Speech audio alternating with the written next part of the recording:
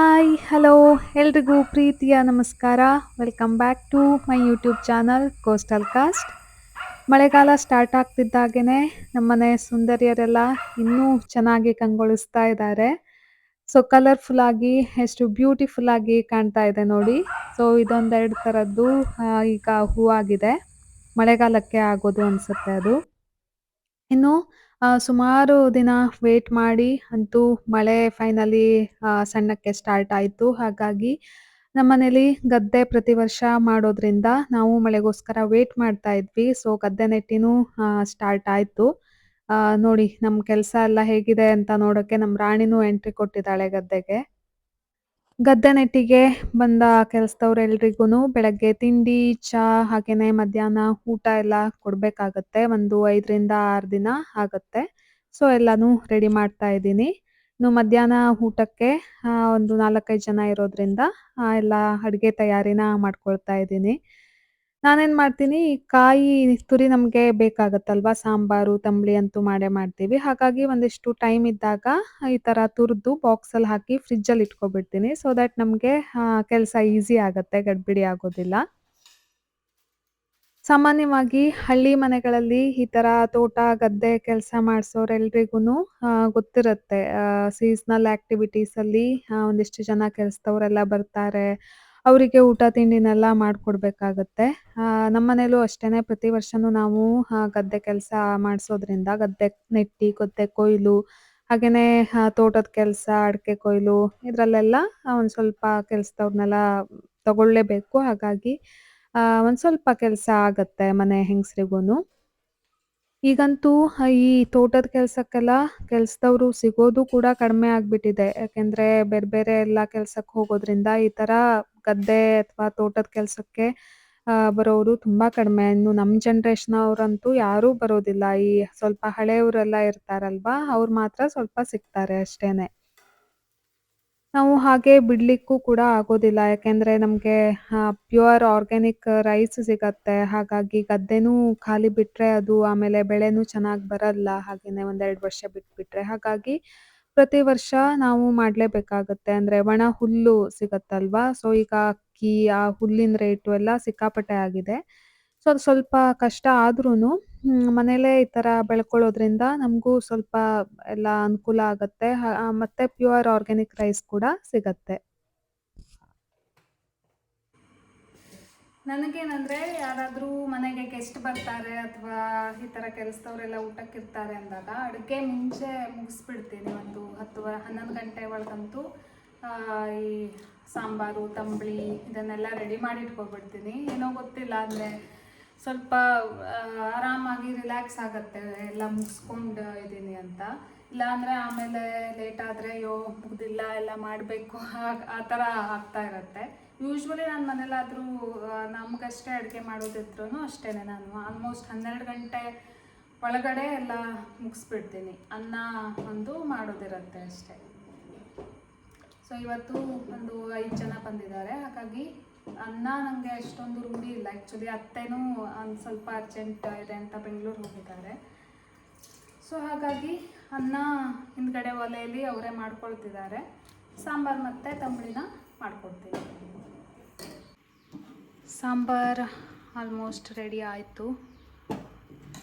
ಸ್ವಲ್ಪ ಬೇಗ ಮಾಡಿಟ್ಬಿಟ್ರೆ ಸ್ವಲ್ಪ ತಣ್ಣದ್ದು ಇರುತ್ತೆ, ಅಂದರೆ ತುಂಬ ಬಿಸಿನೂ ಇರಲ್ಲ. ಹಾಗಾಗಿ 11 ಗಂಟೆ ಆಗಿದೆ, ಸರಿಯಾಗಿ ಎಲ್ಲ ಮುಗೀತು. ರಾತ್ರಿ ಊಟಕ್ಕೆ ಒಂದು ರೊಟ್ಟಿ ಅಥವಾ ಚಪಾತಿ ಮಾಡೋಣ ಅಂತ ಅಂದ್ಕೊಂಡೆ. ಹಾಗಾಗಿ ಸಂಜೆ ನನಗೆ ಟ್ಯೂಷನ್ಗೆ ಬರೋದ್ರಿಂದ ಹೀಗೆ ಸ್ವಲ್ಪ ಪಲ್ಯನೆಲ್ಲ ರೆಡಿ ಮಾಡಿಟ್ಕೊಳ್ತಾ ಇದ್ದೀನಿ.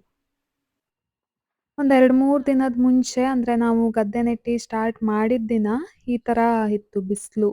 ನಮ್ಗೆ ಅದೇ ಟೆನ್ಷನ್ ಆಗಿಬಿಟ್ಟಿತ್ತು. ಸ್ಟಾರ್ಟ್ ಮಾಡಿಬಿಟ್ಟಿದ್ದೀವಿ ಮತ್ತು ಮಳೆ ಈ ಥರ ವಾರಗಟ್ಟಲೆ ಮಳೆ ಇಲ್ಲದೆ ಹೇಗೆ ಅಂತ.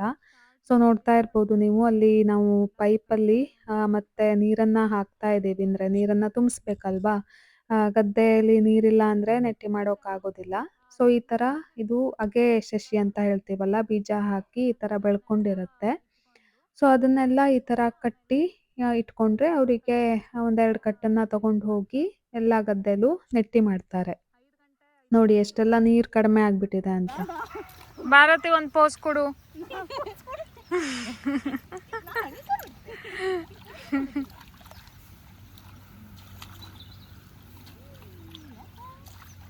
ನೆಟ್ಟಿ ಮಾಡ್ಲಿಕ್ಕೆ ಮಳೆ ಹಿಂಗೆ ಜೋರಿದ್ರೆ ಚಲೋ ಆಗ್ತದ್ಯಾ ಅಥವಾ ಹೊಳವಿದ್ರೆ ಚಲೋನಾ?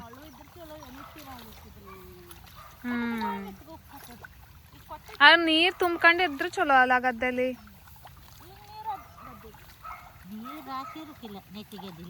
ರಾಶಿನೂ ಇರ್ಲಿಕ್ಕಿಲ್ಲ, ಅರ್ಲಿರ್ಬೇಕು ಅಲ್ಲ. ನೆಡ್ಲಿಕ್ಕೆ ಚಲೋ ಆಗ್ತದೆ.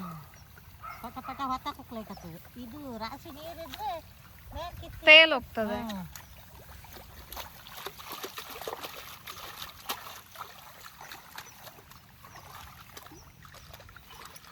ಮತ್ತೆ ಊರಿ ಸಸಿ ಅಂತಾರ ಹೆಂಗಂಡಿ ನೀರ್ಮಣ್ ಸಸಿ ಅಂದ್ರೆ ಬರ ಕೊಕ್ಕ ಮಾರದ 3 ದಿನ ತಾಂಡಿ ತಿಂಬುದು ಮಾಡಾಕ್ತಾರೆ ಅಲ್ಲ ಕೊಡ್ತಾರ. ಗದ್ದೆ ನೈತಿ ಎಷ್ಟು ವರ್ಷ ಮಾಡ್ತಿದ್ರೆ ನೀವಲ್ಲವ? ನಾವು ಹುಟ್ಟುಕೊಂಡು ಹೊಡೆದೇ ಗೆದ್ದಿಲ್ಲ. ಹುಟ್ಟು ಕಣ್ಣು ಹೊಡೆದು ಕೂಡ್ಲೆ ಗದ್ದೆಲೇ ಬಂದದ್ದು. ಗೆದ್ದೆ ಎಳ್ಮೀನು ಬಂದೆ. ಆದರೆ ಈಗ ಆಗೋದಿಲ್ಲ. ಆಗ ನಾನು ಮಾಡೋದು ಆವಾಗ ಸಸಿ ಎಲ್ಲ ಕೀಳುವುದೆಲ್ಲ ರಾಶಿ ಮೆಚ್ಚಿ ಆಗ್ತದೆ. ಹಾವೆಲ್ಲ ಬರೋದಿಲ್ಲ ಗದ್ದೆಲಿ? ಹಾವು ಬರ್ತದೆ.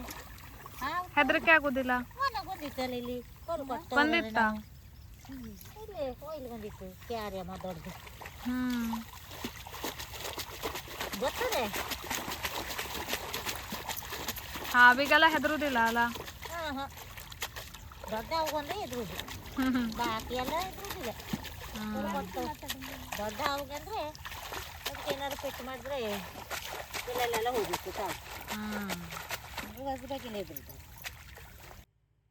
ಇನ್ನು ನಮ್ಮ ಕಡೆ ಎಲ್ಲ ಗದ್ದೆ ನೆಟ್ಟಿ ಇರ್ಬೋದು ಅಥವಾ ಏನಾದರೂ ಈ ಥರ ಒಂದು ವಾರದ ಕೆಲಸ ಇದ್ದಾಗ ಲಾಸ್ಟ್ ಡೇ ಸ್ವೀಟ್ ಮಾಡೋದು ಒಂದು ಪದ್ಧತಿ.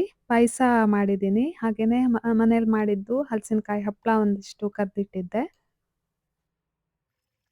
ಇನ್ನು ಮದುವೆಗಿಂತ ಮುಂಚೆ ಎಲ್ಲ ಈ ಗದ್ದೆ ಹೇಗೆ ಮಾಡ್ತಾರೆ, ಅಕ್ಕಿನ ಹೇಗೆ ಬೆಳಿತಾರೆ ಅಂತ ಪ್ರಾಕ್ಟಿಕಲಿ ನೋಡಿರಲಿಲ್ಲ. ಹಾಗಾಗಿ ಅದ್ರ ಬಗ್ಗೆ ಐಡಿಯಾ ಇರಲಿಲ್ಲ. ಬಟ್ ಈಗ ಗೊತ್ತಾಗ್ತಾ ಇದೆ. ಒಂದು 2-3 ತಿಂಗಳ ಬೇಕಾಗುತ್ತೆ ಈ ಥರ ಎಲ್ಲ ಪ್ರಾಸೆಸಿಂಗ್ ಮಾಡಿ ನಮಗೆ ಒಂದು ಅನ್ನ ನಾವು ತಿನ್ನಬೇಕು ಅಂದರೆ ಎಷ್ಟೆಲ್ಲ ಕೆಲಸ ಇದೆ ಅಂತ ಈಗ ರಿಯಲೈಸ್ ಆಗ್ತಾ ಇದೆ. ಹಾಗೇನೆ ಯಾವಾಗಲೂ ಪ್ರತಿ ವರ್ಷ ಗದ್ದೆ ನೆಟ್ಟಿಲಿ ಅತ್ತೆ ನಾನು ಜೊತೆಯಾಗಿ ಸೇರಿ ಮಾಡ್ತಿದ್ವಿ.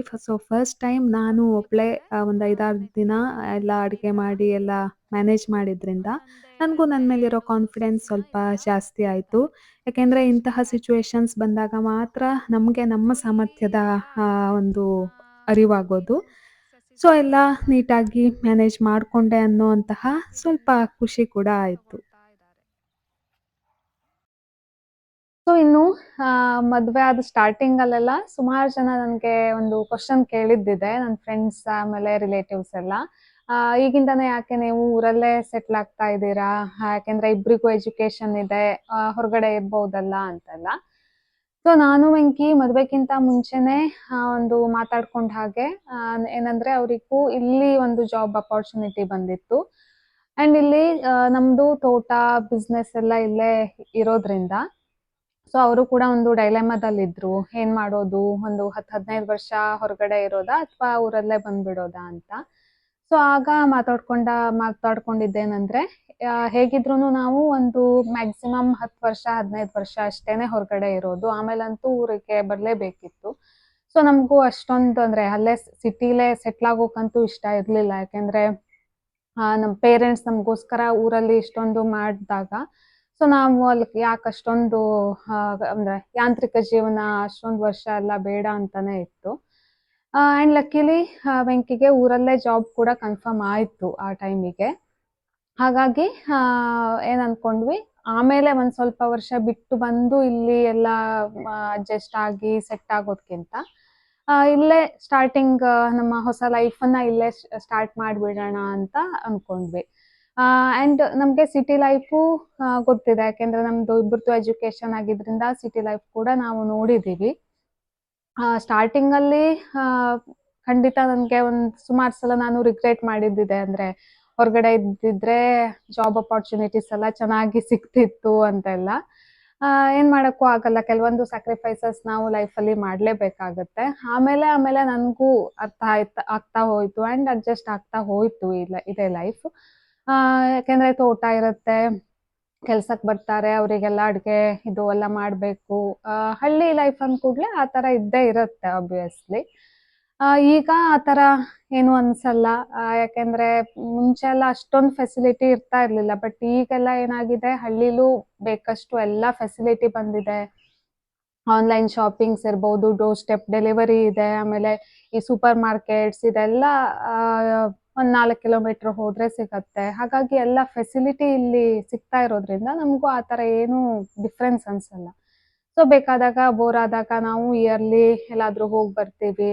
ನನ್ನ ತಂಗಿ, ವೆಂಕಿ ತಂಗಿ, ಅವ್ರ ತಮ್ಮ ಎಲ್ಲ ಬೆಂಗಳೂರಲ್ಲಿರೋದ್ರಿಂದ ಬೋರ್ ಆದಾಗ ಅಲ್ಲಿರ್ತೀವಿ. ಅಲ್ಲಿ ಸ್ವಲ್ಪ ದಿನ ಟೈಮ್ ಸ್ಪೆಂಡ್ ಮಾಡಿ ಬರ್ತೀವಿ, ಈ ಥರ. ಸೊ ನೀವು ಹಳ್ಳಿಲೇ ಇರಿ, ಸಿಟಿಲೇ ಇರಿ, ನಾವು ನಮ್ಮ ಜೀವನವನ್ನ ಹೇಗೆ ನೋಡ್ತೀವಿ, ಯಾವ ಥರ ಎಕ್ಸೆಪ್ಟ್ ಮಾಡ್ತೀವಿ ಅನ್ನೋದ್ರ ಮೇಲೆ ನಮ್ಮ ಜೀವನ ನಿಂತಿರುತ್ತೆ ಅಷ್ಟೇನೆ. ಅಷ್ಟೇ. ಅದಕ್ಕೋಸ್ಕರನೇ ನಾವು ಇಲ್ಲಿ ನಮ್ಮ ಪೇರೆಂಟ್ಸ್ ಕೂಡ ಇರೋದ್ರಿಂದ ಆ್ಯಂಡ್ ಇಲ್ಲಿ ನಮಗೆ ಮುಂಚೆನೇ ಎಲ್ಲ ಅಂದರೆ ಪ್ಲ್ಯಾಂಡ್ ಮಾಡಿದ ಪ್ರಕಾರ ಇಲ್ಲೇ ಸೆಟ್ಲ್ ಆಗಿದ್ದೀವಿ ಅಷ್ಟೇನೆ. ಇದಾಗಿತ್ತು ನನ್ನ ಇವತ್ತಿನ ವ್ಲಾಗ್. ಹಾಗೆಯೇ ಯಾರ್ಯಾರೆಲ್ಲ ಸಬ್ಸ್ಕ್ರೈಬ್ ಮಾಡಿಲ್ವೋ ಎಲ್ಲರೂ ಸಬ್ಸ್ಕ್ರೈಬ್ ಮಾಡಿ ಅಂತ ಹೇಳ್ತಾ ನೆಕ್ಸ್ಟ್ ವ್ಲಾಗೊಂದಿಗೆ ಮತ್ತೆ ಸಿಗ್ತೀನಿ.